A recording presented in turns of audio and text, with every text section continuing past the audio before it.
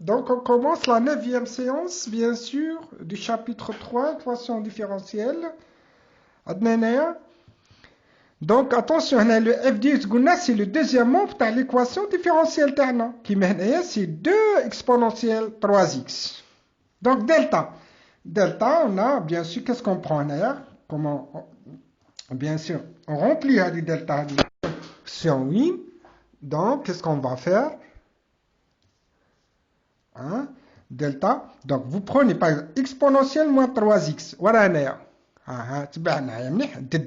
Exponentielle moins 3x.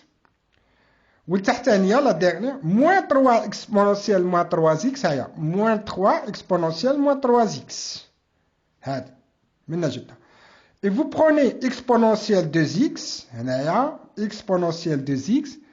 Et vous prenez bien sûr 2 exponentielles de x et vous l'écrivez ici. 2 exponentielles de x. Regardez la méthode de Cramer, je pense que vous le connaissez, de delta, comment le calculer. Et qu'est-ce qu'on va faire?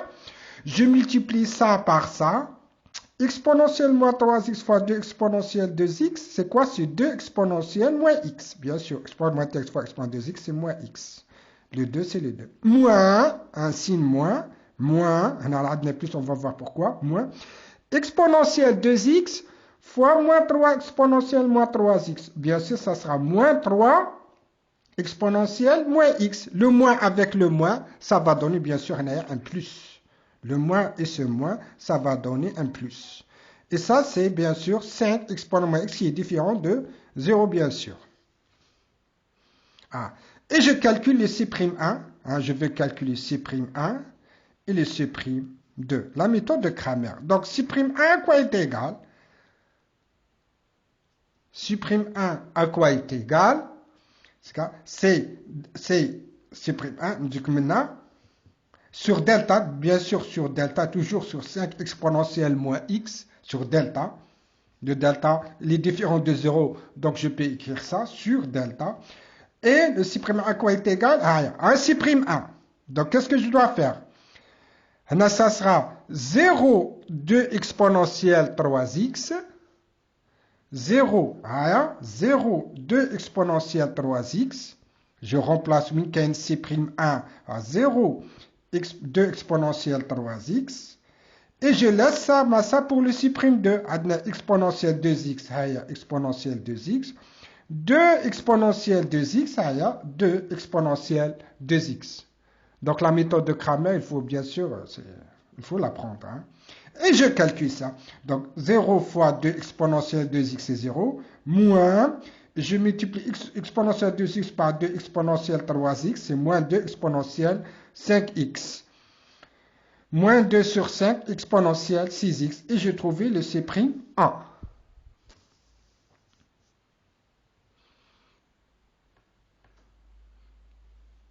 Maintenant, je cherche le C'2.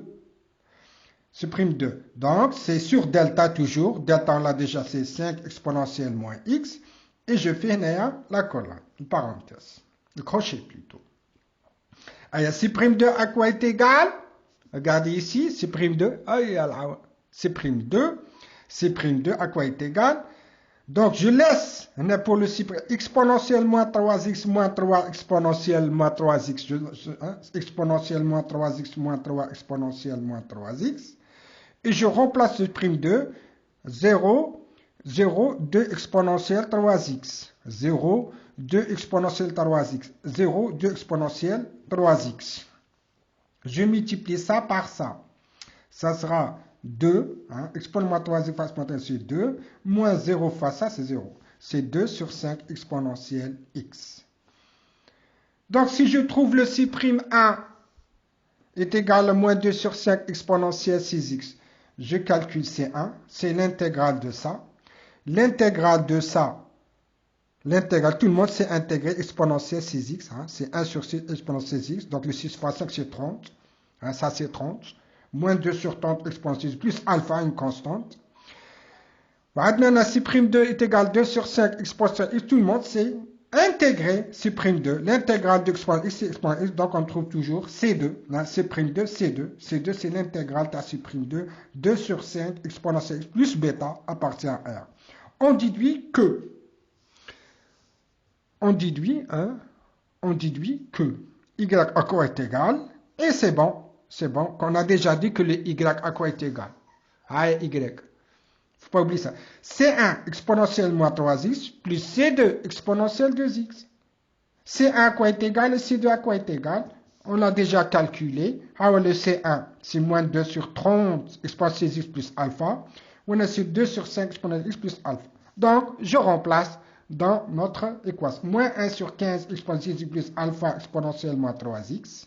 C'est de C1.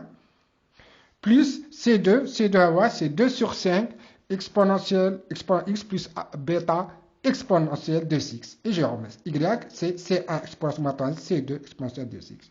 Là, il développe, d'accord, vous développez, etc. Là, c'est simple. Hein. Je vais pas, bien sûr, on ne va pas développer pour vous. Donc, vous devez, ça fois ça, etc., etc. Vous trouvez alpha exponentielle moins 3x plus exponentielle moins 2x plus 1 tiers exponentielle 3x. Alpha, bêta, 1 et la solution générale de E.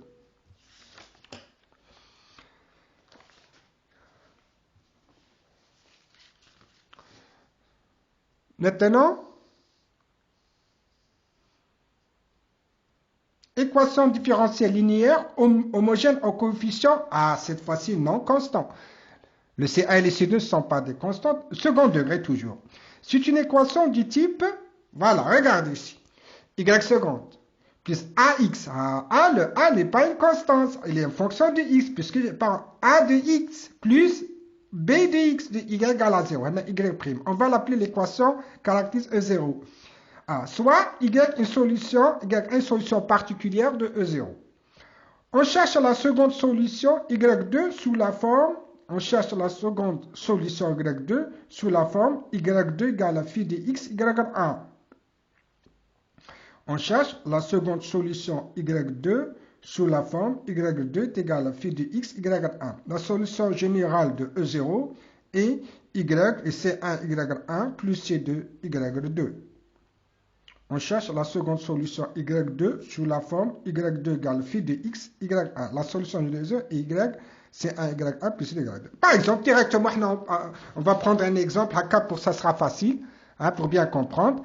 Résolvons l'équation différentielle. Donc, vous avez une équation différentielle, elle est linéaire, homogène, en coefficient non constant, plus 1 sur X. Le A dit c'est 1 sur X, B dit c'est 1 sur X au carré, en fonction de non constant du second ordre, bien sûr.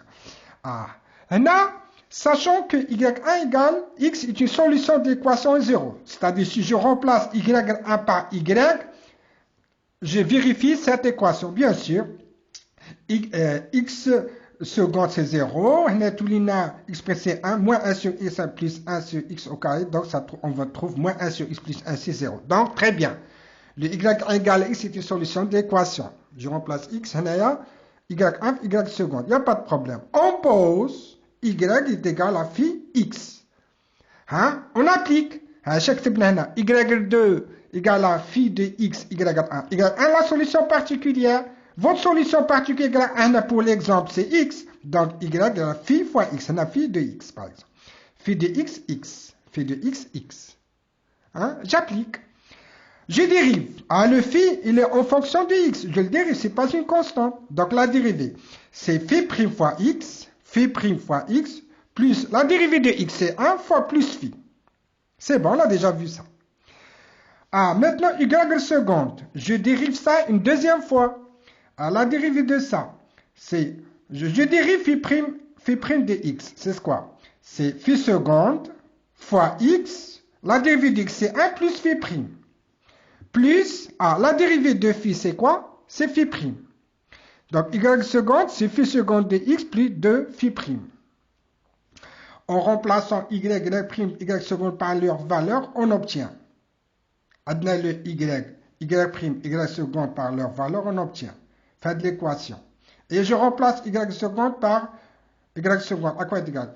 Phi seconde X plus 2 phi prime, moins Y prime sur X. Le Y prime, c'est quoi? Y prime, c'est quoi? C'est phi prime X plus phi.